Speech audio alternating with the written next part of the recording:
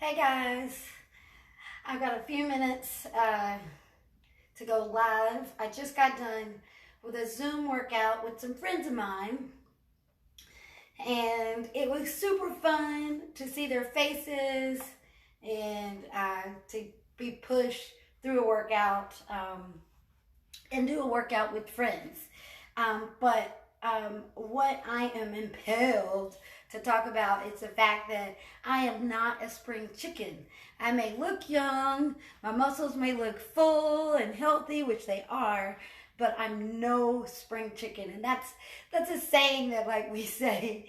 I guess in the South, in the country, I don't know if anybody else says that, but I'm no spring chicken. So I had a discussion last night, in fact, with a client of mine who has been going through some serious knee pain. And I was explaining to her that she is not alone. I don't care how fit. Hi, Tyrell. I don't care how in shape or healthy I've been at certain points in my life. There's always something that we have to remember. It's so important to warm up, and it's so important to cool down. It's so crazy how because it's something we've done all the time. Now that you're stuck at home, you're probably doing various things. Hey, Mark. Hey, Davida.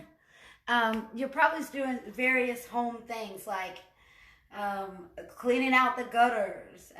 My boyfriend the other day was cutting grass and on top of the roof, cleaning out the gutters. And then you may work on your car. You may work in the yard, like planting plants and stuff like that in your yard. But oftentimes we just like jump to it. We jump to working out. We jump to cleaning, to washing dishes, to folding clothes, to going up and down the steps, cleaning out the attic, doing stuff like that. And we're no spring chicken.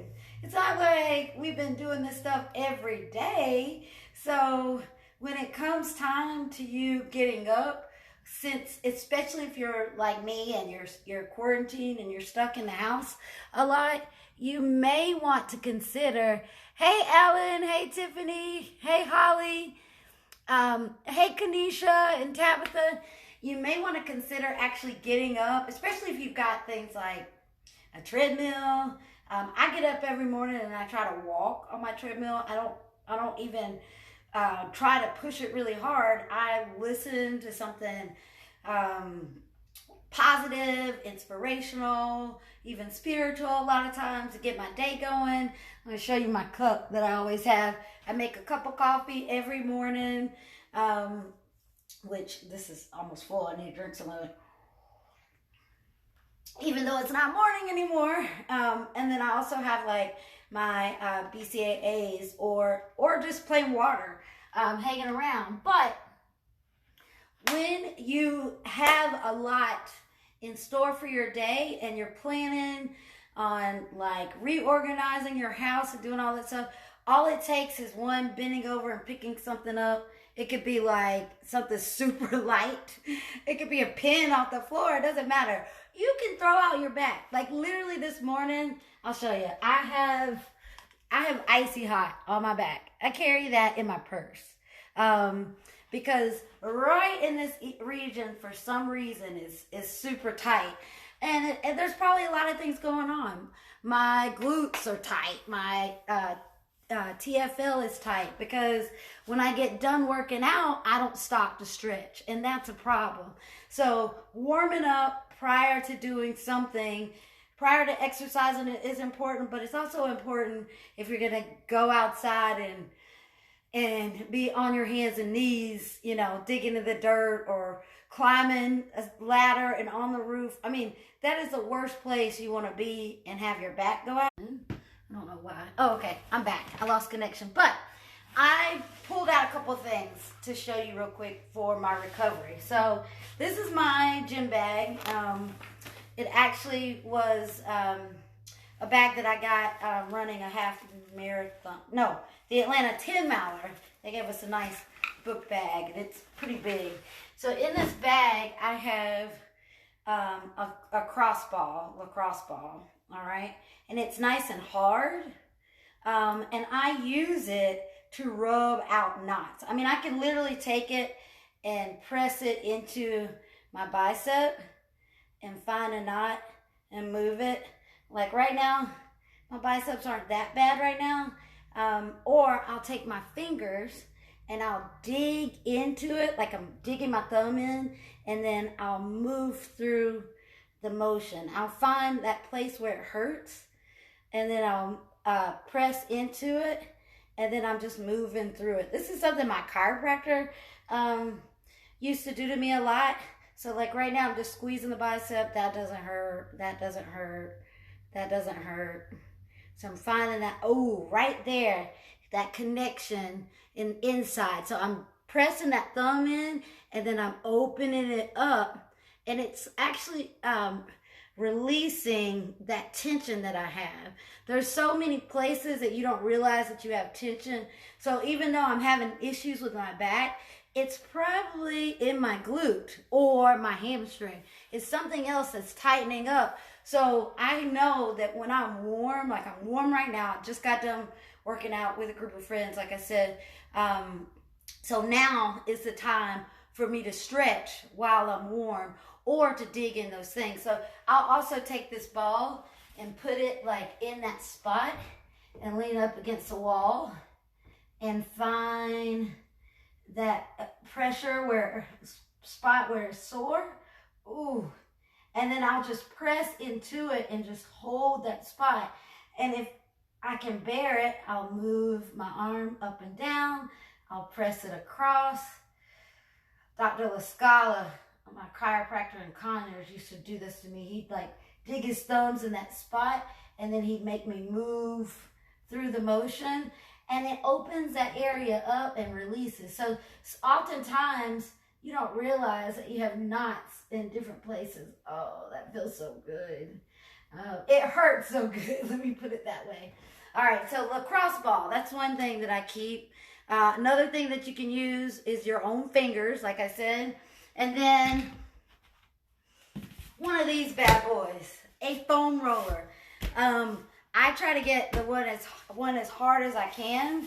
I actually bought this one at the Goodwill. The problem with these is that people will buy them for, like, let's say you've done physical therapy and you've hurt yourself or something, and your physical therapist tells you to get one, and then your kid plays around on it, and then next thing you know, you're just throwing it away or giving it away. My mom bought one real expensive at her chiropractor's office. I bought this at the Goodwill, but I will sit on it. Same kind of thing I do on the wall. I'll sit on it, find that knot.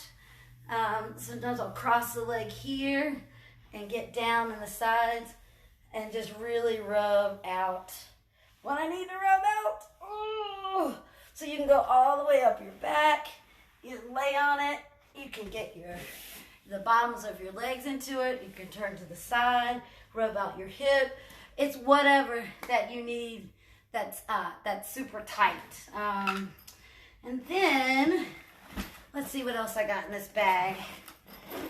Of course, I'm a CrossFitter. I keep my custom rope in my bag. I also keep wrist guards because sometimes I need extra support. Extra sweatshirt. This is what I was looking for. All right, so people are always like, what the heck is a voodoo strap? This is what I call it. My cousin Alex bought this for me. I think this is what it's called. It's a voodoo strap. This one looks like Rogue Fitness, but it's like just a big rubber band, right? So, and then I unrolled it. Usually I don't do that. So what I usually do with this is if there's something that's uber tight, like let's say my whole forearm is just super tight from exercising and doing too many pull-ups or pulling on something, what I'll do is I'll take, and I know that I'm already tight in here in this connection. I don't feel so tight up here. I haven't been doing a whole lot of push-ups or pull-ups or anything, so I'm fine up here. But down here, I have been demonstrating like bicep curls and other things. So down here, I'm tight. What I'm going to do with this, and this is so awkward looking, is I'm going to tightly wrap around that joint or around that point where it hurts. And it's almost like I'm wrapping it up and cutting off the circulation. Actually, that's generally really what I'm doing. Okay, so I'm gonna wrap. And you're gonna see, oh, this is a voodoo strap. Again, this is all about recovery. If you don't want to be like super sore after your workouts, these are some things I do. Lacrosse ball, foam roller, which most of you are probably familiar with. General stretching, just stretching the muscles that I work. And then the voodoo strap. Okay, so that's pretty tight. Once I get it all the way around, I just try to find a spot to stick it in. That didn't sound the greatest, but oh, okay, you can see how tight it's wound. So let me get it around. Oops, sorry. Make sure you can see there. I'm pushing it underneath, tucking it in like this, and then whew, basically what's happening, do you see my veins? Let's see if you see that. See my veins popping out right here, right here. It's really kind of cutting off the circulation. But what I'm doing is I'm moving through that. I'm gonna flex. Sometimes I'll even put my hand against the wall and press and stretch. Whew. And so it's almost like, if you've ever done the cryotherapy where they put you in a cold chamber, right? And they put you in that cold chamber, and like all the blood in your body rushes to your heart and your vital lungs, okay?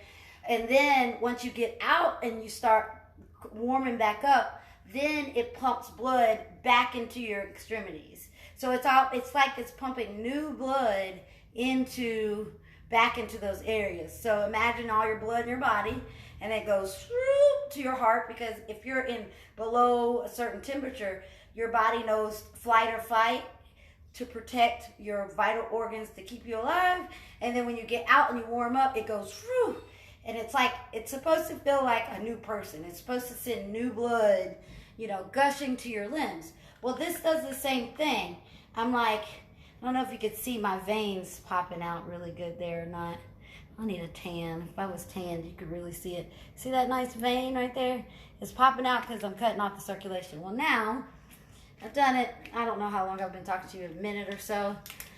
I'm going to unwrap it. Oh, and if you can imagine, like, it feels so good. Like it's like this arm feels so light. I've got my hand is a little more red. There's color coming back in my hand, and it's pumping the blood. And when I grab right there, guess what? Doesn't hurt anymore. I'm digging where I was like warm, trying to stretch out, and it feels so much better. So during this time while you're at home, be smart about what you're doing. I know you guys are busy, and that's cool. This time at home is an opportunity to get shit done, so get shit done. But also make sure you're warming up properly and you're doing some things for recovery. Ice is always a good one as well, after if you have like inflammation or certain things, if you have bad knees or ankles or something that swells up. So you may want to consider doing ice after the workout. I typically do something warming, like the icy hot before the workout, so that I can stretch better and do some cardio and stuff like that. So I hope you guys are doing great and hanging in there, not going crazy, since it can get a little taxing being at home. So Hope y'all are doing awesome. If you have any questions, if you're interested in some online training, you know what to do. Send me a message, hit me up. You can also check out my website at nakedfinefitness.com because it's all about being naked fine. See y'all.